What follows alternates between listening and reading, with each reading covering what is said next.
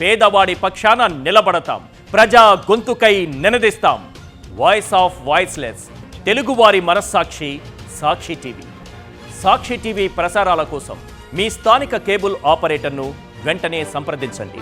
పక్కనోళ్ల పథకాలను తనవిగా చెప్పుకోవడంలో చంద్రబాబును మించిన వారు లేరు. వైఎస్ జగన్ విజయవంతంగా అమలు చేసిన అమ్మఒడిని కూటమి పాలనలో తల్లికి వందనంగా మార్చారు. అది తన కుమారుడు లోకేష్ ఘనతగా చెప్పుకున్నారు చంద్రబాబు.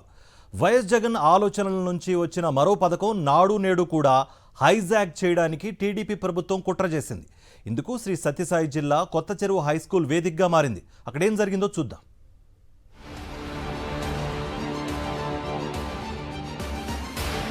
నాలుగోసారి ముఖ్యమంత్రి అయిన చంద్రబాబు పేరు చెబితే గుర్తుకు వచ్చే ప్రజోపయోగం పథకం ఒక్కటి ఉండదు.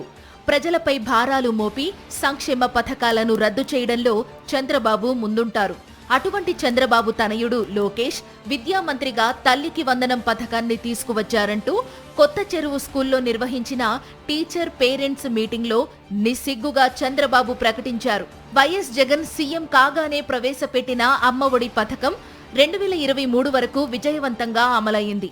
గత ఏడాది కూటమి పాలన మొదలు కాగానే రాష్ట్రంలోని ప్రభుత్వ స్కూళ్ల పిల్లలకు కష్టాలు మొదలయ్యాయి. గత ఏడాది అమ్మఒడి ఇవ్వలేదు. ఈ సంవత్సరం చాలా మందికి కోత వేసి తల్లికి వందనం పేరుతో అమలు చేశారు.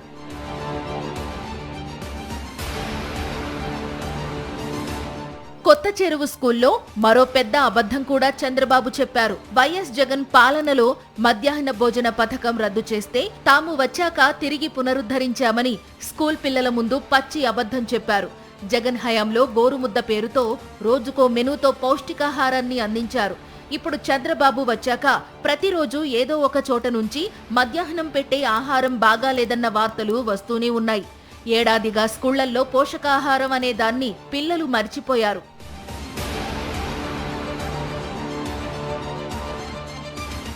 కొత్త చెరువు స్కూల్ వేదికగా చంద్రబాబు ఆయన తనయుడు మరో కుట్రకు తెరతీశారు. జగన్ సీఎం కాగానే నాడు నేడు పేరుతో రాష్ట్ర వ్యాప్తంగా ఉన్న ప్రభుత్వ స్కూళ్లను సకల సౌకర్యాలతో తీర్చిదిద్దారు.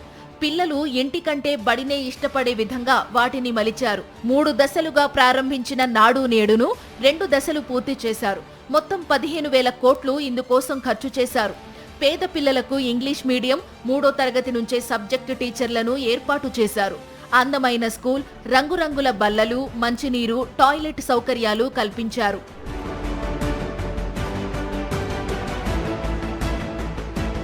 తెలుగు, ఇంగ్లీష్ మీడియంలో పుస్తకాలు, 3 జతల యూనిఫామ్, నోట్ పుస్తకాలు, షూస్, బ్యాగ్ సహా పిల్లలకు అవసరమైనవన్నీ ఉచితంగా ఇచ్చారు. 8వ తరగతి విద్యార్థులకు ట్యాబ్లు అందించారు. వైఎస్ జగన్ ఇంత అద్భుతంగా స్కూళ్లను తీర్చిదిద్దితే ఆ ఘనతను తమ జేబులో వేసుకోవడానికి రెడీ అయ్యారు తండ్రి కొడుకులు. కొత్త చెరువు స్కూల్లో బల్లలపై నాడు నేడు పేరు కనిపించకుండా వాటిపై మనబడి మన భవిష్యత్ అంటూ స్టిక్కర్లు అంటించారు. చంద్రబాబు, లోకేష్ వస్తున్నారని వాటిని అంటించినట్లుగా భయపడుతూ ఆ స్కూల్ హెడ్ మాస్టర్ చెప్పారు.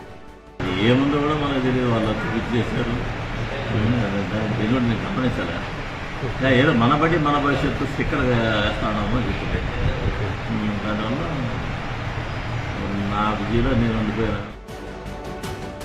మొత్తం మీద అమ్మఒడి పథకం పేరు మార్చి తనదిగా లోకేష్ చెప్పుకుంటే, నాడు నేడు పథకం కింద స్కూళ్లను అద్భుతంగా మలిచిన పథకం కూడా తమదే అని చెప్పుకునేందుకు చంద్రబాబు నిస్సిగ్గుగా ప్రయత్నిస్తున్నారనే టాక్ నడుస్తోంది.